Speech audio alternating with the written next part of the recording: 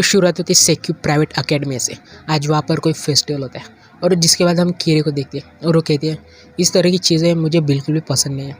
और जिसके बाद वो पैरानॉर्मल इन्वेस्टिगेशन क्लब के पास आ जाती है और वो दरवाजे पर देखती है कि उस पर लिखा होता है हॉन्टेड मेंशन। तो क्लब के जो सभी मेंबर्स होते हैं उन्होंने तय किया होता है कि वो इस फेस्टिवल के लिए एक हॉन्टेड मेंशन करेंगे। तो जिसके बाद कीरे अंदर चली जाती है और तेजी उससे कहता है तुम देख सकती हो ये आइडिया हमारे क्लब के प्रेसिडेंट ने यानी कि यूको ने हमें सजेस्ट किया। तो कीरे कहते हैं ओह अच्छा, तो इसलिए हमें हॉन्टेड मेंशन कर रहे हैं। तो उन सभी में से सिर्फ ओकोनोगी होती है जो यूको नहीं देख सकती है।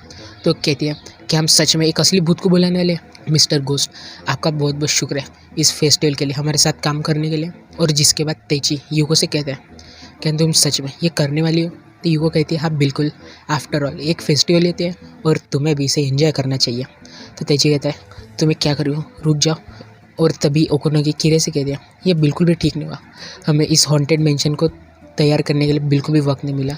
कॉनिसन मेरे पास एक आइडिया है, क्यों ना हम साथ में चलकर इस हॉन्टेड मेंशन के लिए कुछ चीज़ें लेकर आए। तो कीरे कहती है क्या, मैं नहीं आने वाली है। और तभी वो तेची और यूको को देखती है और उन दोनों को देखकर बहुत ही ज़्यादा इरिटेट हो जाती है और ओकोनी को वहाँ से ले जाती है। तो ओकोनी कहती है कॉनिसन रुक जाओ, तुम्हें क्या हो गया। और जिसके बाद कीरे रुक जाती है और ओकोनोगी कहती है बाय द वे आखिर हम है कहाँ पर। तो कीरे को भी नहीं पता होती वो कहाँ पर होते हैं, वो दोनों खो चुके होते हैं। तो जिसके बाद सीन आता है तेची और यूको की तरफ।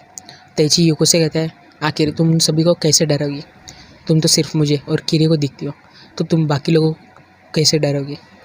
तो यूको कहती है मैं उन सभी के लिए कुछ ऐसा इन्वायरमेंट तैयार करूँगी जिससे वो मुझे महसूस कर पाएंगे। और वैसे भी यहाँ पर बहुत सी अफवाह है, हम उसी की मदद लेंगे। हे तेची मैं तैयार हूँ।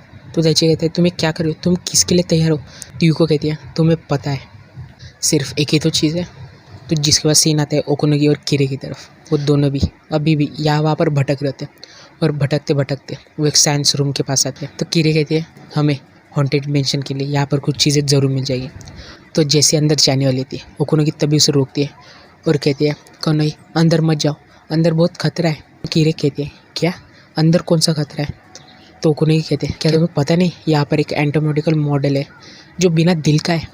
तो कीरे कहती है एंटोमोडिकल मॉडल को तो दिल ही नहीं होता। तो ओकोनोगी कहती है नहीं तुम समझ नहीं रहे हो। पर कीरे फिर भी अंदर चली जाती है। तो जिसके बाद सीन फिर से आता है यूको और तेची की तरफ। यूको कहती है बहुत मज़ा है, हमें एक बार और करना चाहिए। तो तेची कहती है आखिर तुम्हें इसमें कैसा मज़ा आ रहा है। तो जिसके बाद सीन आता है ओकोनोगी और कीरे की तरफ।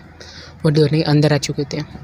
तो ओकोनोगी कहती है किसी को नहीं पता है कि उस एंटोमोडिकल मॉडल को दिल क्यों नहीं है और यहाँ पर बहुत सी अफवाह भी है। तो कीरे कहती है अफवाह कौन सी।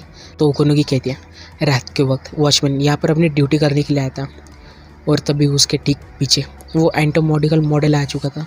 और जिसके बाद अगली सुबह उस वॉचमैन की बॉडी मिली और किसी ने उसका दिल निकाल लिया था। और तभी ओकोनोगी ठीक सामने वो एंटोमोडिकल मॉडल आ जाता है।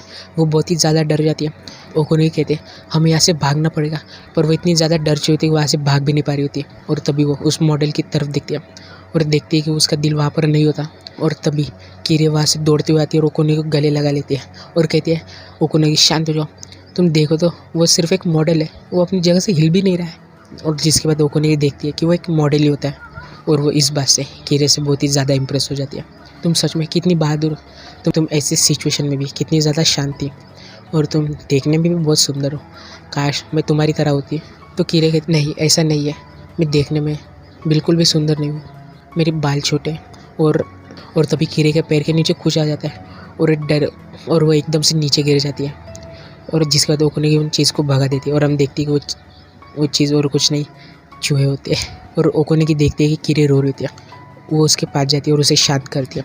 वो कहती है डरो मत, वो सभी तो बस चूहे थे, मैंने उन्हें यहाँ से भगा दिया, अब तुम्हें डरने की कोई ज़रूरत नहीं। और जिसके बाद वो दोनों वहाँ से निकल जाते हैं। तो कीरे कहते हैं कि हमें इस चीज़ को भी हमारे साथ लेकर जाना होगा। तो ओकोनोगी कहती है हाँ बिल्कुल, तेची इसे देखकर बहुत खुश हो जाएगा। और जिसके बाद हम देखते हैं कुछ स्टूडेंट्स हॉन्टेड मेंशन से भागते हुए बाहर निकलते हैं और कहते हैं अंदर सच में एक आत्मा है, मैं अंदर फिर कभी नहीं जाऊंगी। और तभी एकदम से यूको आकर तेची को चिपक जाती है। तो तेची कहता है यूको तुम्हें क्या कर रही हो, अगर वो दोनों आ गए तो। यूको कहती है ओह तेची तुम क्या सोच रहे हो। तो तेची कहता है नहीं तुम गलत समझ रही हो, ऐसा कुछ नहीं। तो यूको कहती है हाँ पता है, मैं बस मजाक कर रही थी, मुझे पूरा यकीन है वो दोनों साथ में काफ़ी मज़े कर रहे होंगे। तो जिसके बाद सीन आता है ओकोनोगी और कीरे की तरफ।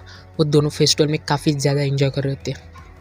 तो जिसके बाद ओकोनोगी कीरे से कहती है, कोने-सान क्यों ना हम नेक्स्ट वहाँ पर जाए। तो कीरे कहती है, ओकोनोगी क्या तुम प्लीज़ मुझे कोनोगी की जगह कीरे कह सकती हो। तो ओकोनोगी कहती है, हाँ बिल्कुल, पर ऐसा क्यों। तो कीरे उसे बताने वाली होती है कि तभी वहाँ पर ओकोनोगी कुछ दोस्त आ जाते हैं और वो दोनों कीरे को देखते हैं और ओकोनोगी से कहते हैं, क्या तुम प्लीज़ थोड़ी देर के लिए हमारे साथ आओगी। तो जिसके बाद ओकोनोगी उनके साथ चली जाती है और कीरे बाहर की तरफ फेस्टिवल को देखने लगती है। तो थोड़ी देर बाद ओकोनोगी वापस आ जाती है और उसकी हंसी कुछ ठीक नहीं लग रही होती है। तो जिसके बाद ओकोनोगी कीरे के पूरे कपड़े उतार देती है और कहती है, डरो मत, तुम्हें कुछ नहीं होने वाला, सब कुछ ठीक है। तो जिसके बाद हमें पता चलता है कि ओकोनोगी ने उसे एक कैफ़े के लिए तैयार किया होता है जिसका नाम होता है लिटिल सिस्टर कैफ़े। तो जिसके बाद हम कीरे को देखते हैं और सभी उसकी काफ़ी तारीफ़ कर रहे थे। सभी कहते हैं, तुम काफ़ी ज़्यादा क्यूट लग रहे हो, तुम सच में बहुत ही अच्छी लग रही हो। और दो लड़कियाँ कहती हैं, जल्दी करो, हमें जाना पड़ेगा, कस्टमर्स वेट कर रहे हैं। तो जिसके बाद कीरे सभी कस्टमर्स के सामने आ जाती और वो कहती है, वेलकम होम ओनीजान। और सभी वो सुन के बहुत ही ज़्यादा खुश हो जाते हैं, सभी बहुत ही जोश में आ जाते हैं। सभी कहते हैं, क्या मैं ऑर्डर कर सकता हूँ, क्या हमें भी ऑर्डर करना है। और कीरे काफ़ी ज़्यादा बिजी हो जाती है, सभी उसे अपनी तरफ ऑर्डर देने के लिए बुला रहे होते हैं और कुछ तो फ़ोटो भी खींचा रहे होते हैं। और ये देखकर वहाँ पर जो दो लड़कियाँ होती हैं उन्हें काफ़ी ज़्यादा गुस्सा आता है। तो जिसके बाद फाइनली वो फेस्टिवल ख़त्म हो जाता है।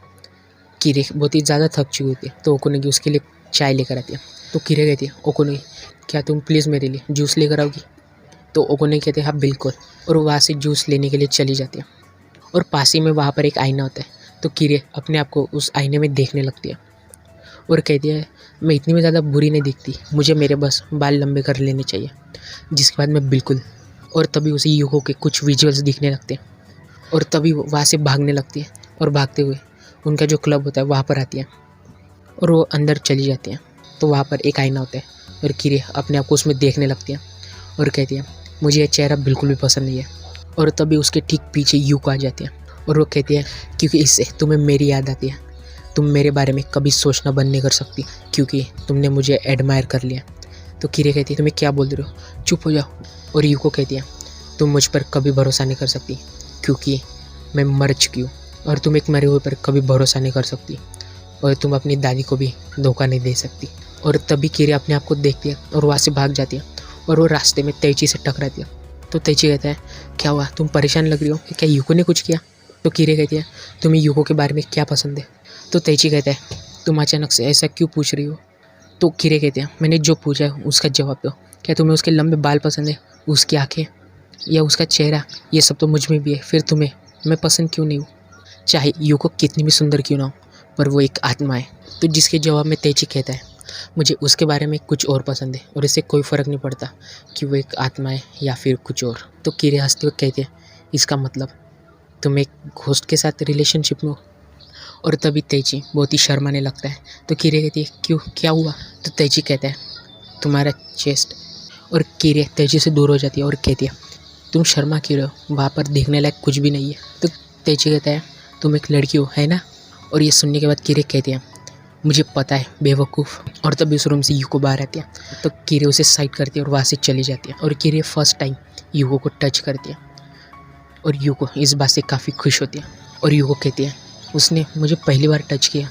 और जिसके बाद हम कीरे को देखते हैं और वो कहती है, ये पहली बार था जब मैंने उसे टच किया और कुछ वक्त पहले मैंने जो कुछ भी देखा था उसमें यूको का कोई हाथ नहीं था क्योंकि मैं अपने आप को पसंद नहीं करती, इसीलिए मुझे वो सब चीज़ें दिख रही थी। अगर यूको यहाँ से बाहर निकले तो इसका मतलब वो काफ़ी वक्त से यहीं पर थी, इसका मतलब उसने मेरी सारी बातें सुन ली होगी।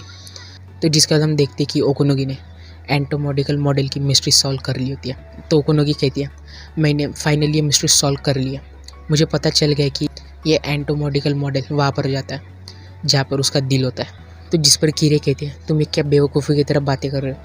और उन दोनों में काफ़ी ज़्यादा आर्गूमेंट होने लगती है और ये देखकर यूको तैची से कहती है, देखो वो साथ में कितने क्यूट लग रहे हैं। और इसी के साथ ख़त्म होता है एपिसोड नंबर 5।